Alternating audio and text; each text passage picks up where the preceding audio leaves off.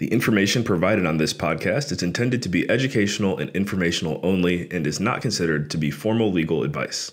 The listener should not take or refrain from taking action based on its content. Any listener in need of legal opinion upon which to rely in decision-making should consider formally engaging an attorney to review relevant facts in detail and examine the pertinent law as it applies to those facts. Welcome to Real Estate Milestones, where we explore fascinating topics in commercial real estate with knowledgeable industry experts. I'm your host, Ben Malik, and I'm a young real estate professional who is passionate about adding value to people's lives through the incredible power of real estate. My goal is to help you discover what the heck is going on in the industry and how you can get involved. This is Real Estate Milestones, where your future in real estate lies just around the corner. Hello, everyone. Welcome back to Real Estate Milestones. Today, we have Zack Boothe, who's the host of the Driving for Dollars Mastery podcast, which we're going to learn a lot about today. Driving for Dollars is a pretty cool strategy for getting started in real estate and finding massively discounted properties and getting started in the industry. So Zack also started as a window cleaner and evolved his entrepreneurship journey to real estate investing, which is pretty exciting. So we're going to learn all about that as well. Zack, thanks for coming on the show. Thanks for having me, man. It's good to be here. Sweet. Well, to get started, could you tell us a little bit about your journey in I guess leading up to your first milestone in real estate? Yeah, kind of leading up to it. So I grew up working. My dad grew up pretty rough. His dad is a gambler, alcoholic, and was the oldest sibling. He told me stories of having to, ask his neighbors for bread to feed his younger siblings. So, really rough situation. He's an amazing man, taught me a ton, fell very far from the tree, if you would, and became a very religious man and wanted his best for his sons, but he also taught us to work. And so it was kind of his way or the highway. His stepdad was a Korean vet, saw battle. So my dad was a tough guy, kind of that baby boomer generation of very tough, the full mustache, very tough guy. And he's turned into this big teddy bear. My wife's like, he's the sweetest guy. I was like, you don't know him like I do, But anyways, when I was younger, we worked. We had a lawn mowing business that we'd work after school and him after work. And so I started working at a very young age, like 11, I was mowing lawns. And then at 14, I was asking my dad, why are we broke? Why does nobody mow our lawn? How much do these houses cost? These things are insane. I was just so confused as we're going in these rich neighborhoods and then going back to where I grew up. And I was like, we work so hard. Is it not hard work that makes us rich? I was so confused.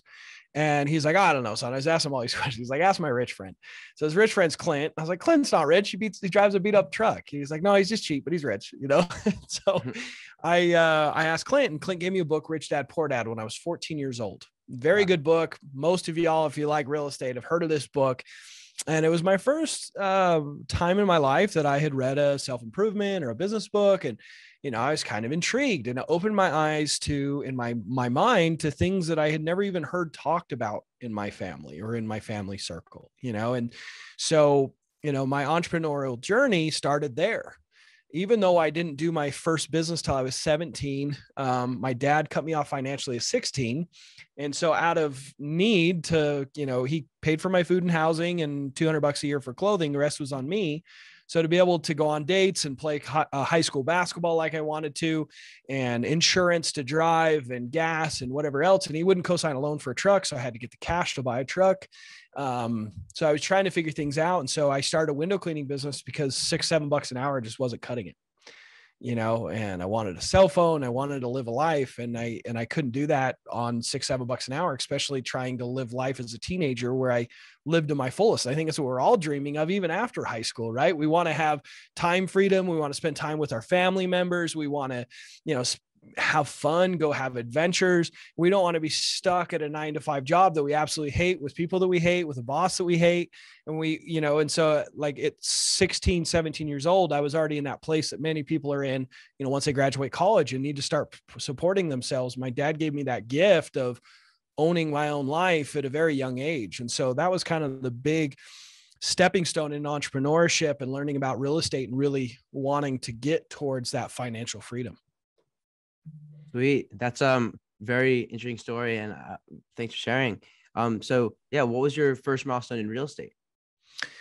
So I ended up serving a Christian mission down in Sao Paulo, Brazil, for a couple of years. And I came home from there. I had built that window cleaning business, put it on hold, and then went to work really hard. And from reading Rich Dad, Poor Dad, it was always my intention to buy real estate, but I wanted to go have that experience first. And when I got home, went to work immediately and immediately tried to get a loan. The bank's like, well, you don't have any credit. You bought everything cash. I had to get credit cards and, I had to do, I can't remember what they called it, but I had to put like a certain amount of money and then they give me a line of credit on it, even though it was my money. So it's just like a fake loan so they could build my credit. So I had to do that for like 6 to 8 months, got credit to buy my first duplex. Went and got a first time home buyer grant. So there was no money down. There was standing water in the basement. It was bad wow. shape. And I had some money saved up that I was going to use for the remodel. So I quickly, while I was renting this basement apartment with my wife at the time, we were just barely married. And I went to work at nights after doing my day job with washing windows. I'd go at nights and do the remodel myself. And wow. I mean, I did everything, pretty much everything, plumbing. It froze in the winter. The water lines hadn't been winterized. So I had broken water lines, and that's what caused a lot of the standing water. And there was all sorts of sheetrock damage and tearing out subfloors. The yard was a mess. So it was a ton of work, a new roof, all sorts of things. And so I did that. I worked my butt off, work until 1, 2 in the morning. But it was amazing because my monthly payment was only about $450 a month, which was crazy, right? This was back in 2011 or 2010. I can't remember, back when they were unloading foreclosures after 2008. And my one side of my duplex was renting for about $750. So I was getting paid to live there. It was incredible. And I was like, dude, like, this is amazing. I need 100 of these bad boys and I am set, so like, let's go out and get the next one. But then that's when I hit the major roadblocks, right? It's like down payments and my debt to income ratio. I had all these issues with trying to start buying investment properties, not just like a primary residence where I could rent part of it, so that was the first step. Yeah. So that's very exciting. And I know something I'm interested in is the house hacking concept that you kind of mentioned about, getting an FHA loan where it's only 3.5% down, which is like, if you want $1 million property, that would be $35,000, right? So it's, a lot less when it's an owner occupied property. It's a lot more affordable. They want to incentivize ownership. And if you have, a duplex or a fourplex, it could also be an investment property, even if it's owner occupied, which is pretty cool. But, and the cool part too, is if it's your first one, a lot of times there's first time home buyer grants available in your local area. Just ask your mortgage broker. And that's what I did. So I didn't put anything down. I had to pay for the remodel, but I had $0 out of pocket. The government, the grant, they gave me $5,000 for a down payment on that house. I didn't have to put anything. Yeah, it was awesome. That's awesome. So yeah, definitely look into that, anyone who's listening. But from there, how did you get over these roadblocks? What's the next step to, achieving your dream of owning multiple investment properties? Yeah. So that was took me quite a few years, honestly. Like I was like, well, I'll just keep house hopping, right? I'll house hack. I'll buy another one, fix it up, rent it out, buy another one, fix it up, rent it out, and just hop from house to house and build a portfolio. I'm like, that's all great and everything, but more if you're like a single dude that doesn't have a significant other that wants to settle down. Mm-hmm. So my wife was super supportive. We did it a second time, even though it was a pain in the butt, and a third and so forth. And we've been married about 10 years and we moved about 6 times.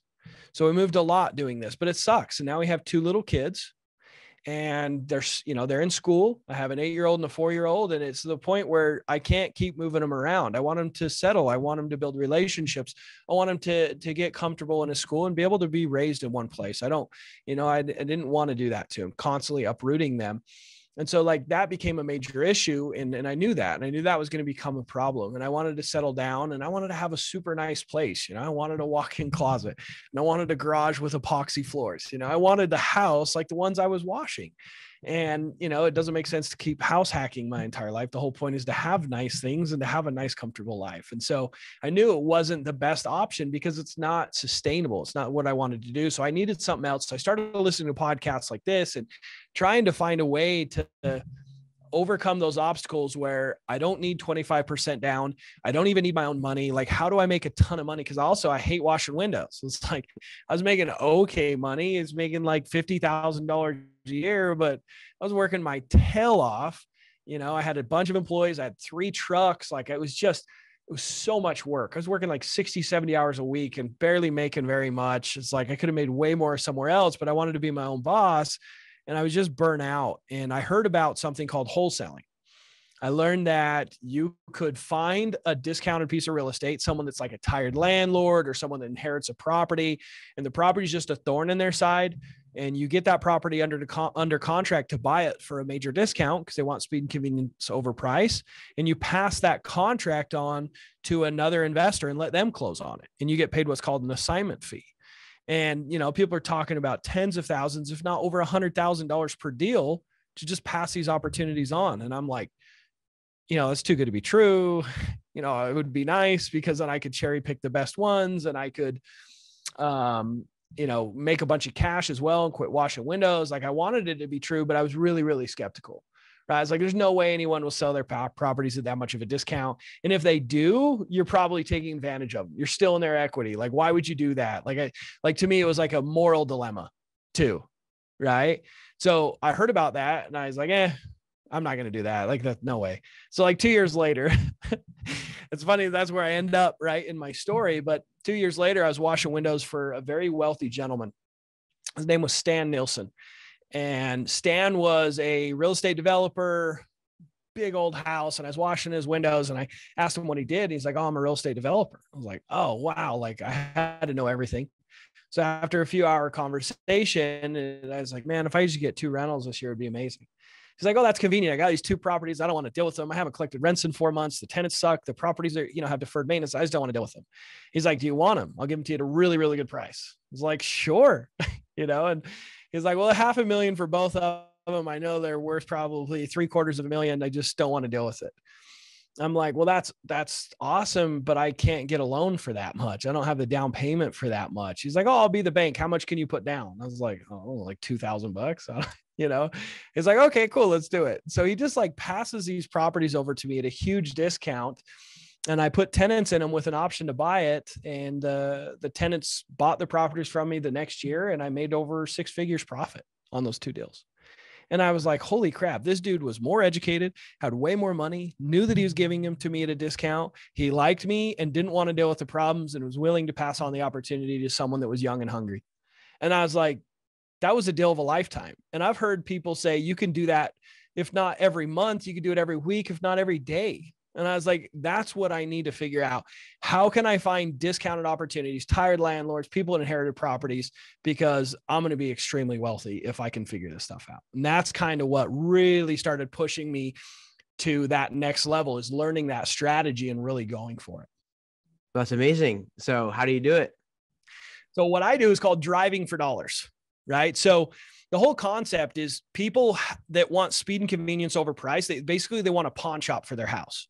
Right? I even did a piece of YouTube content where I went into a wealthy neighborhood and I was like, hey, I got a mobile pawn shop. You guys got anything in your garage you want to get rid of? And I made like $500 in an hour. Right? It was friggin' awesome. And the point was people trade convenience for price all the time. Wealthy people more so than poor people. And so like what we're looking for people to own houses that don't really care too much about the money, but the problems are bigger to them than the money that they could potentially make by fixing it up, listing with an agent, and squeezing out as much as possible. So if someone has a property that's a thorn in their side, they're not going to plant flowers. They're not going to cut the grass. Right? If there's a hole in the roof, they're going to freaking put a blue tarp on top of it. They're not going to fix it. Right? They're going to put duct tape on a broken window. They're not going to replace the window. There's going to be deferred maintenance. So what we do is we drive around and find these ugly houses, find out who owns them, reach out and see if they want to sell. Right. And obviously there's systems and processes to really speed this up to where I'm doing one of these every single week, but it's called driving for dollars. Drive around, find these ugly houses, potential owners that just want cash for their house and be done. We reach out and see if they want to sell and pass the opportunity on to a buy and hold investor or a flipper. And, my biggest deal of selling a piece of paper, there's no debt, no risk, right? We're basically selling paper.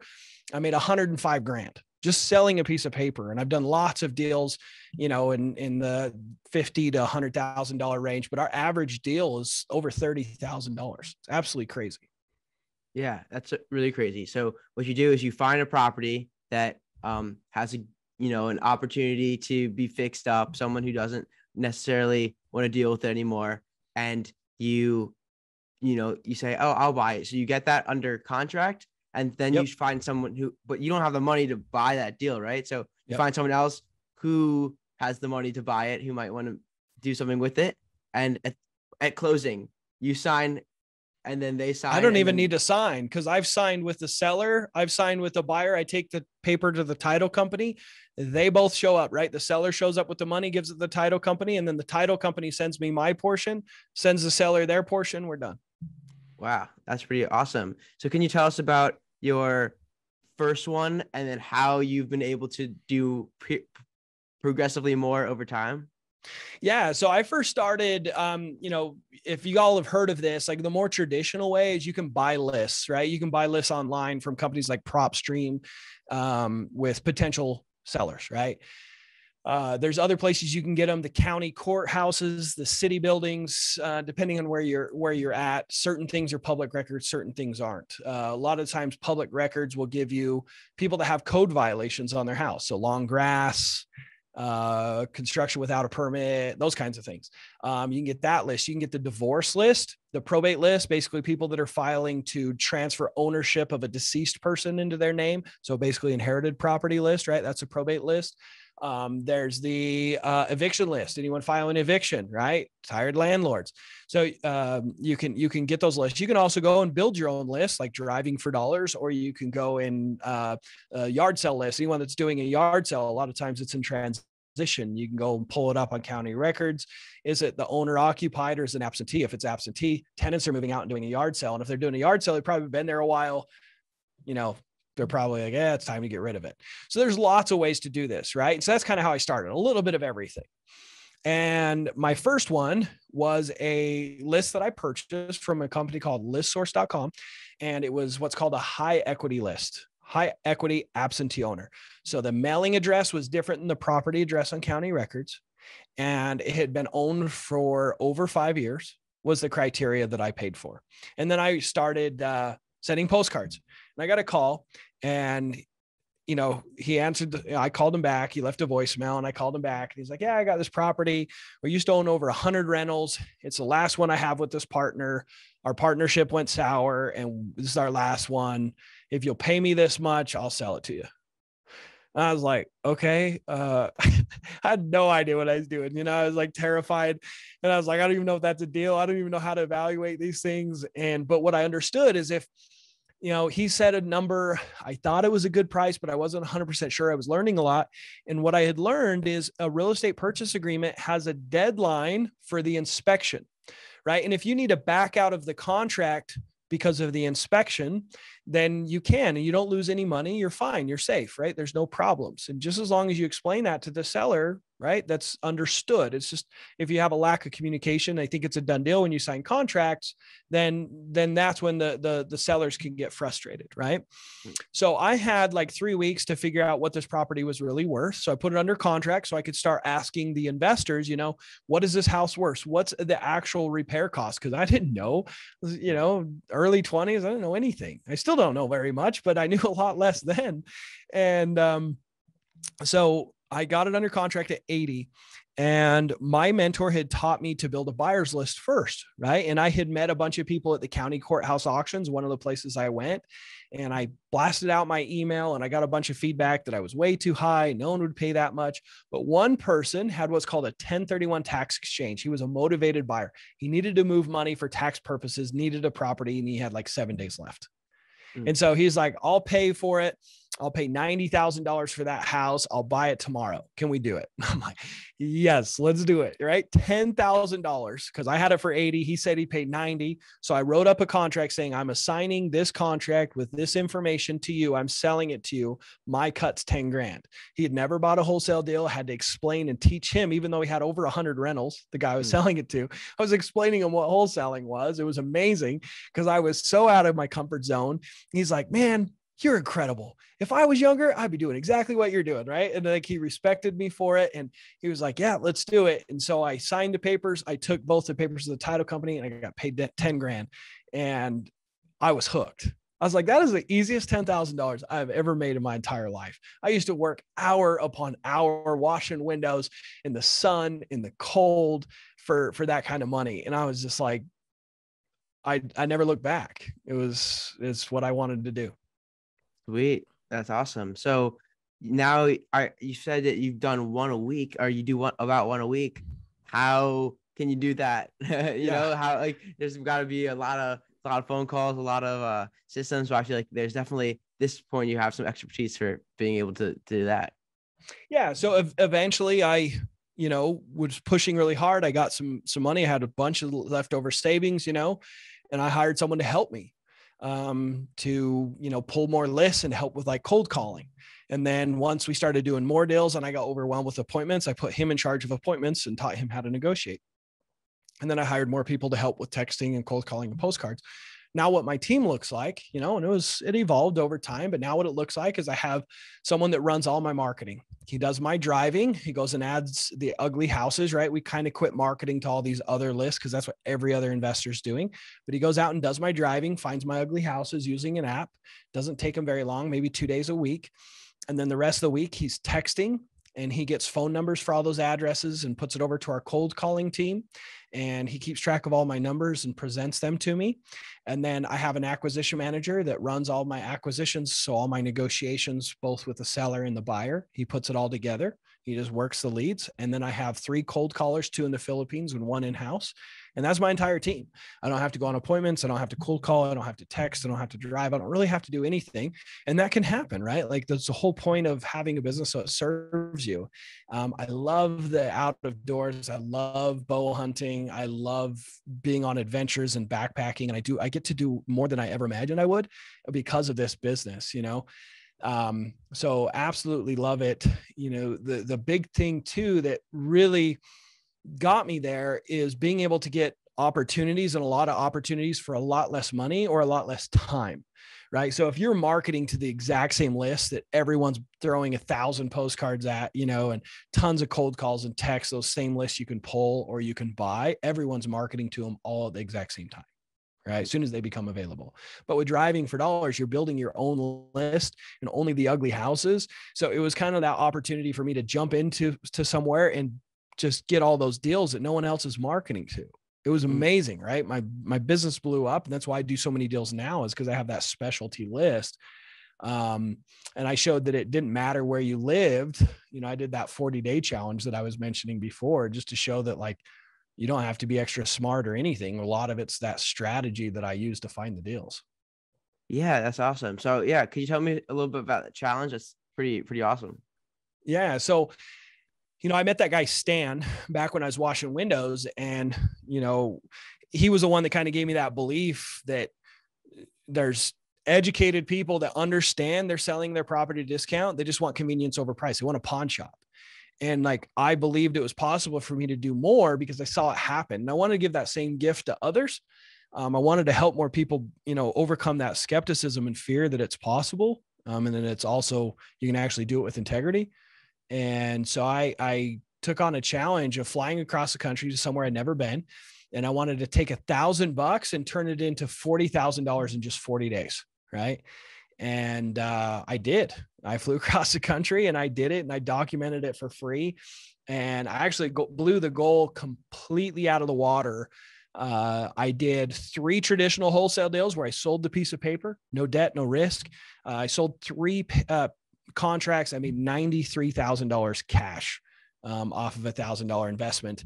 And then from there, I found 2 more that they were completely remodeled with tenants in place.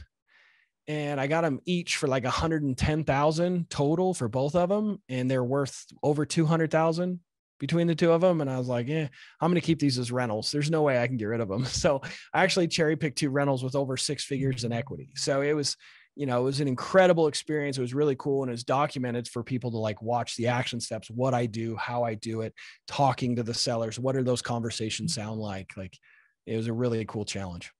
Yeah, it is really cool. I'm also curious about those 2 rentals. So, have you, I guess, thought about rentals and transitioning into rentals? Do you feel like the rental business is more scalable than the wholesale business, or kind of what's your thoughts in terms of what you like and why you would choose a specific rental? And then also kind of, did you ever experience seller financing? It sounds like in the first deal you had some seller financing. So curious just about like some other strategies you might be using to get into real estate that with less money built up or less equity when you're a young person who's just trying to figure it out. Yeah. So I read a book that completely changed my perspective, because that's where I started. I wanted to buy rentals and I wanted to be successful at buying rentals. And so I was reading this book. It's called Multifamily Millions. It's all about buying giant apartment complexes. And he teaches a principle in there that's so relative to what we're talking about here. He says that real estate investing is marketing and our product is real estate. What he means is, if you can't find discounted pieces of real estate, if you can't find really good deals, you won't be in business. That's our business. Our business is not wholesaling. Our business is not buying rentals. Our business is not flipping houses. Our business is not real estate. Our business is finding discounted real estate. That's what we're supposed to do. So ultimately, if you can get good at finding discounted real estate, you will be successful in real estate investing. Because you can, people are always like, man, I'm going to wait till the next recession to get into real estate. I'm so smart. Or you'll hear them say, man, if I had all these opportunities, if I'd have known what I know now, I'd be so rich. But the problem is you can't time the market. And the other thing is there's no such thing as a bad time to invest in real estate, only bad deals. And the problem is people don't even know how to evaluate deals. They don't even know how to find good deals. And if they found a good deal and it was staring them in the face, they wouldn't even know what that looks like. Right. And so for me, I think the biggest secret is getting good at finding discounted deals. And the reason I love wholesaling to start for new people that have never done a deal is you have to get good at not only finding deals, but evaluating deals and passing those deals to investors. So let me give you an example. If you call up a multi-millionaire real estate investor in your market that has over 100 rentals and you go, hey, let me pick your brain. Can I buy you lunch? Dude, they don't care about you buying lunch. It's not worth their time. But if you're like, hey, Bob, the multi-millionaire, I've got this discounted piece of real estate under contract and my contract says I can sell it to you. I'd like you to evaluate the deal and see if you want it. Do you think he's going to give you the time of day? Yeah, he's going to show up to the house. He's going to look at it and he's going to say, well, I only can pay this much. Okay, that's fine. I've got it under contract for 100. If you only pay 90, can you explain how you got to that number? What's your remodel cost? What's your plan? Why is that your plan? He's going to educate you on how he's evaluating the property because you're bringing him deals. He wants you to get better because you're going to make him more money. And then you can get good at going, hey, I know this is a good deal because I've talked to all the top dogs in my market and they've educated me. And now I know that this is the best rental. I'm going to cherry pick my first one. And not only do I know how, but I've now built the relationships with the lenders. I built the relationships with the agents, with the title companies, with every piece that you need to do deals. So when you have a good deal in front of you, you know what it looks like, you know how to do it, and you have that experience. And so 100%, that's, I bought some of those rentals in the beginning and I kind of got lucky. Well, I shouldn't say I got lucky. I made enough mistakes to figure things out the hard way. But as soon as I started doing wholesaling without, doing real estate without risk is when I really, really sped up my success. And I've cherry picked the best of the best. And so, yes, I've done seller finance. I've done lease options where I, rent a property with an option to buy it and wait for the market to go up, then exercise my rights. So I'm buying at a discount at that point. Right. And I sublease it. So I'm cash flowing while I'm waiting. I've done subject to where I take over people's mortgages or wrap, whatever you want to call it. So like I had this one deal where the guy owed like 75, all of his cash offers were coming in at 60.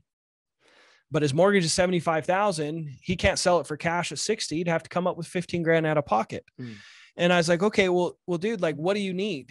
I was like, what do you need for cash? Like, why are you selling? He's like, well, I moved out of state. It's vacant. I don't want to deal with tenants. I don't want them to destroy it. It's in really good shape. And I just need a couple $1,000s to buy a wedding ring. And I was like, okay, well, what if I make the mortgage payment for you for a year and I give you a couple $1,000 and then I'll refinance you out within 12 months? Can we do that? He's like, yeah, that works. So my monthly payment was $700. I rented it for $1,300 and I paid him $2 grand. So I got a rental for $2,000, $2,000 down on a $80,000 basically purchase price, right? Like 25% down at 80,000. That's like almost $20,000, right? So $2 grand versus $20,000 down. And the way that happened is I was doing the marketing, right? I was reaching out to people and seeing if they wanted to sell. Then I was asking them questions. What do you need? Why do you need it? What's your time frame? How can I help you? And I've been able to structure offers that I know that make sense financially to help other people. So, and a lot of this came because I hired a mentor to help me to get started, right? And he gave me the step-by-step action steps, and I had a cell phone, and he really helped me through this process. But then it was also doing deals, taught me how to do deals, how to evaluate deals, for sure. Yeah, that makes a lot of sense. And you make a good point beating that, because I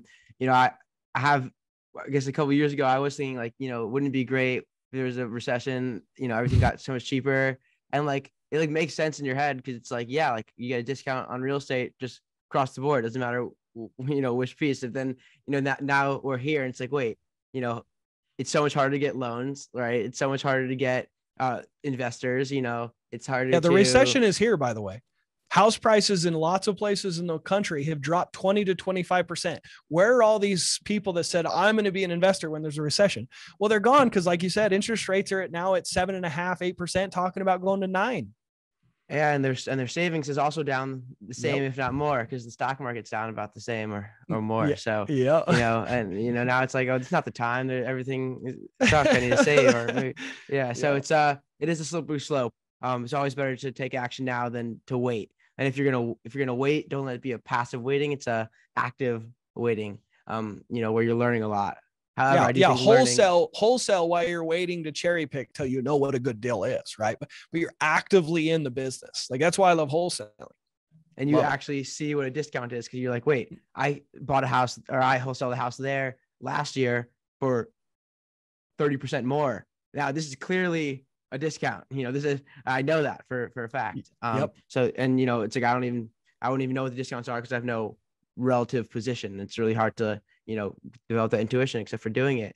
Well, so I guess the last question for the lightning round, I'm curious, could you kind of tell us a little bit about your marketing to buyers? Like, what does that look like? What do you say to them? Like, what are the things that you figured out work in terms of developing a relationship and communication? Yeah. So a lot of people are like, oh, that's scary. How do you find the buyers? It's actually a pretty easy thing, because most buyers want to be found, right? Because if they're found and you bring them deals, they make money. So it's actually a lot easier than most people think. Places you can find them are REI, so it stands for Real Estate Investors Association. Just search REIA groups near me, and you can find these meetups. You can go meet up with people. You can ask them. A lot of times they have online Facebook groups, or there's online Facebook groups for investors near you.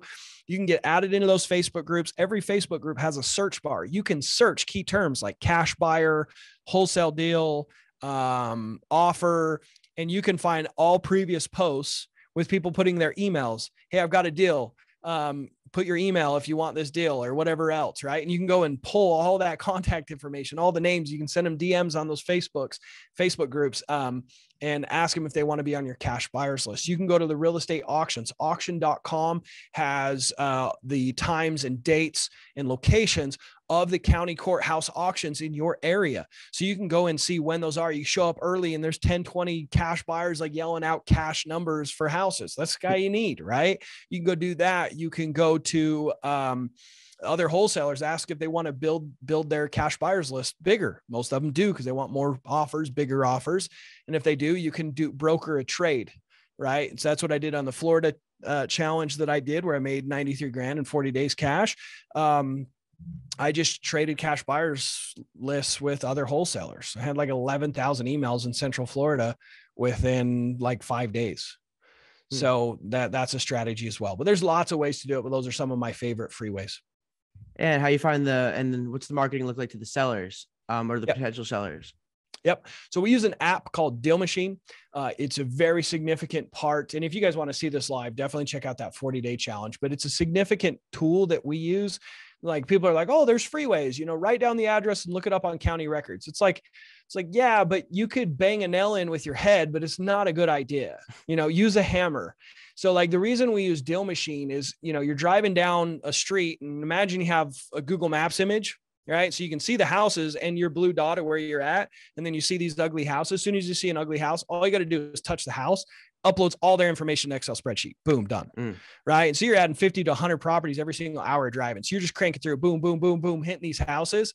And then you have this nice Excel spreadsheet to immediately send postcards or upload it into a multiple line dialer. So you're cranking through phone numbers. You're not hand dialing, or you can send text messages, right? So you can really reach out to a ton of people. So like, that's the thing, right? The more at bats, the more people you get in front of and ask if they want to sell the house, that's what you're going for. You're not trying to convince anybody. And that's the big thing, right? We're trying to find people that already want speed and convenience. There's no like shady sales tactic that we're using. It's, do you want to sell your house? No. Okay. Do you have any others you want to sell, or do you know someone that wants to sell? No. Have a good day. Next. Right. And if they hesitate, or if they say yes, we go, okay, well, why the hesitation? You said you might want to sell in a year, if you don't mind me asking, why not now versus a year? Well, we got all these problems. We got probate. We got a crappy sibling living in the house after mom died and did a deathbed will, and we're suing him. And they got all these problems. Like, well, I can step in and help with all these problems and have it done quickly. We'd love to come in and talk to you and see how we can negotiate a price and also an offer. We take all these burdens away from you. Yeah. Right. Wow. And so like, that's how we make money, right? Is we're looking for those people that we can serve and help. And so yeah, driving for dollars, texting, cold calling, and postcarding the list that we're building with Deal Machine. On the 40-day challenge, I use the discount code PIN, PIN. The reason I did that is you get a free trial, which was huge. So you don't pay anything monthly for a while. Plus you get $100 of the in-app spending. So like phone numbers and postcards don't come with a monthly fee, but you get $100 worth, which is quite a few if you use that discount code. So that's what I did on the 40-day challenge. So if you're going to get the Deal Machine app, definitely try it out for free and use that discount code PIN, PIN. Sweet. That's awesome. Well, you ready for the lightning round? For sure. For sure. So what superpower would you want if you could have any superpower?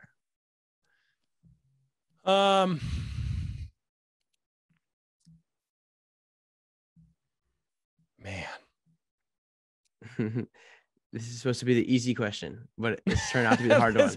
This is a hard one for me, man. I would like lots of superpowers. I would like to be able to, know people's true character just by meeting them.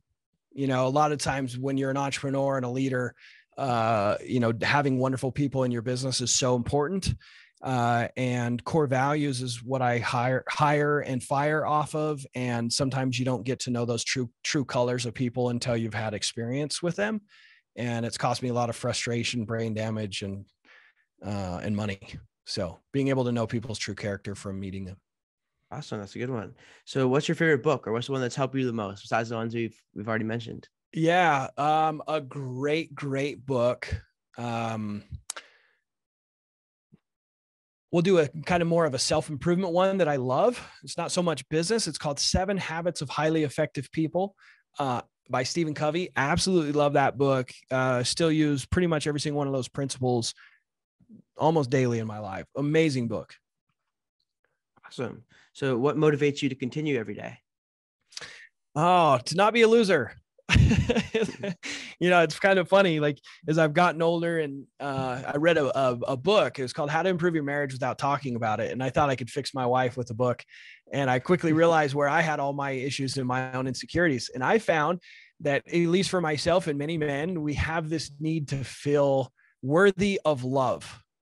And I have found that when I serve others, when I help others, when my work is centered around serving other people and serving my family, I feel so worthy of love.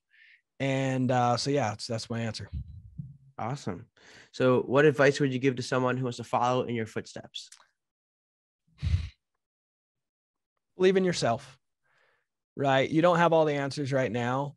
And if you start with some belief and some faith that you can do something, whether it's get your first deal or lose 10 pounds, and you're super overweight, like start with a really small goal. Start with something simple, something that 100% you can accomplish. Like that's either go out and do your first walk, right? Or go out and download the Deal Machine app and add 100 properties or whatever that might be. Start with something small, start with something that you can complete. And the reason I believe that is there's a cycle of success that happens. If you start with the belief that you can do something, you will go do the action step. And if you do that action step, you'll get confidence. Be like, I knew I could do it. And you're going to build that confidence and that faith. And you're going to keep challenging yourself to do harder and harder and harder things. And one day you're going to look back and you'll be like, man, I'm pretty damn amazing. Right. And it's because you started with something small and you continue to grow as a person. So you got to realize that, life's not about a certain destination. It's not about having a certain amount of money, a certain amount of rentals. I hear so many young people are like, man, I want $20,000 a month of passive income. And then I made it. And I'm going to drink beer on the beach. It's going to be amazing. And that is not what it's about. What it's about is challenging yourself and growing and loving who you're becoming. And so that would be my advice, is just get on that cycle of success. Start with something small. I love it. So since I put you on the spot, I want to give you a chance for revenge. So what's the question you have for me? Oh man. Let me ask you this. Why do you do a podcast? Why are you helping all your people, and what's your mission behind this?